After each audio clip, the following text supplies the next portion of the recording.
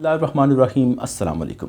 बनी इसराइल का एक शख्स जिसने 99 कत्ल किए थे, फिर उसने 100 कत्ल पूरे कर दिए, तो उसके बाद उसकी अल्लाह ने बख्शिश फरमा दी। तो ये वाक़या आपने कई बार सुना होगा। दरअसल ये बुखारी मुस्लिम की मुत्तफ़क़ अलैह हदीस है। आज मैं इस हदीस को बयान करूँगा, फिर उसमें से कुछ ऐसे निकात ड्राइव करने की कोशिश करूँगा जो इससे पहले आपने नहीं सुने होंगे। बनी इसराइल का एक शख्स था जिसने 99 कत्ल किए। फिर उसके बाद वो एक राहिब के पास गया और उससे कहा कि क्या मेरी बख्शिश की कोई सबील हो सकती है।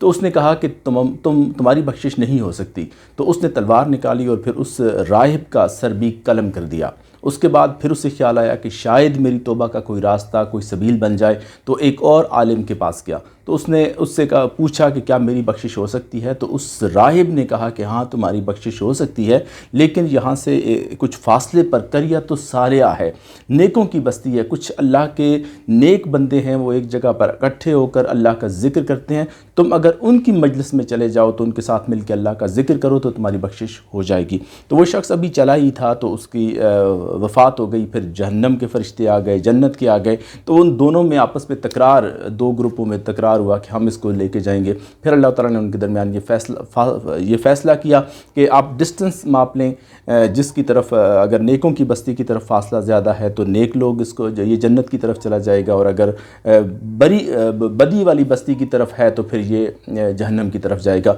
तो अभी वो थोड़ा सा फासला ही उसने तय किया था, अभी स्टार्ट ही था उसका, तो चंद कदम ही उसने तय किए थे तो वो उसकी वफ़ात हो गई थी। उसूली तौर पर वो जहन्नम में जाने के काबिल था इस फ़ैसले के नतीजे में भी, लेकिन अल्लाह ताला ने उसके जो फ़ासला है वो उधर बढ़ा दिया नेकों की बस्ती की तरफ, तो वो जन्नत की तरफ अल्लाह ताला ने उसकी बख्शिश फरमा दी।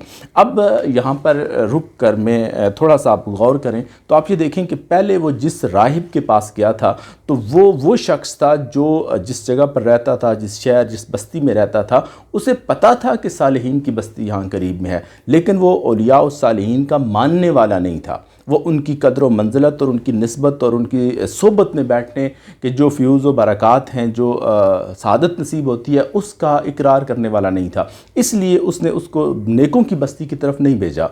तो उसके बाद जब दूसरे राहिब के पास गया तो ये वो शख्स था जो सालिहीन का मानने वाला था।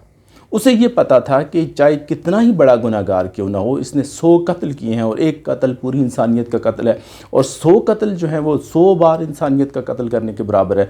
बेशक कितना बड़ा ही गुनाह क्यों ना हो, लेकिन अगर अल्लाह के नेक बंदों की, औलिया और सालिहीन की मजलिस में अगर ये बैठ जाए तो उनके साथ इसकी बख्शिश भी हो जाएगी।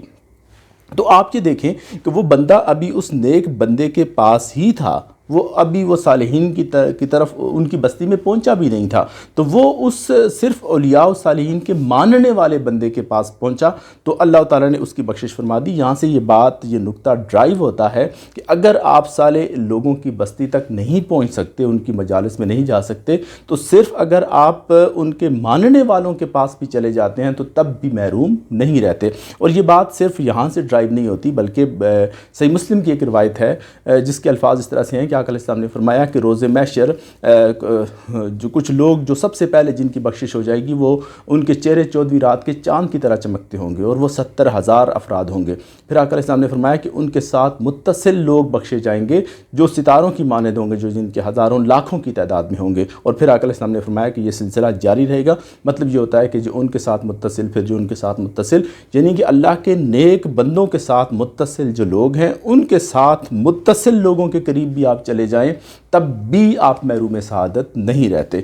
तो अब बनी इसराइल के इस वाक़े से हमें ये पता चलता है कि आप नेकों की मजलिस में चले जाएं तो कितने बड़े गुनाह क्यों ना हो, आपकी बख्शिश हो सकती है। और अगर नेकों की बस्ती तक आप न पहुंच सकें, आपकी रसाई न हो, कोई रुकावट है रास्ते में, उम्र ख़त्म हो गई है या कोई और वजह है, तो आप उनके मानने वाले किसी बंदे के पास भी अगर आप पहुँच जाते हैं तब भी आप महरूम सआदत नहीं रहते। बहुत शुक्रिया वीडियो देखने के लिए।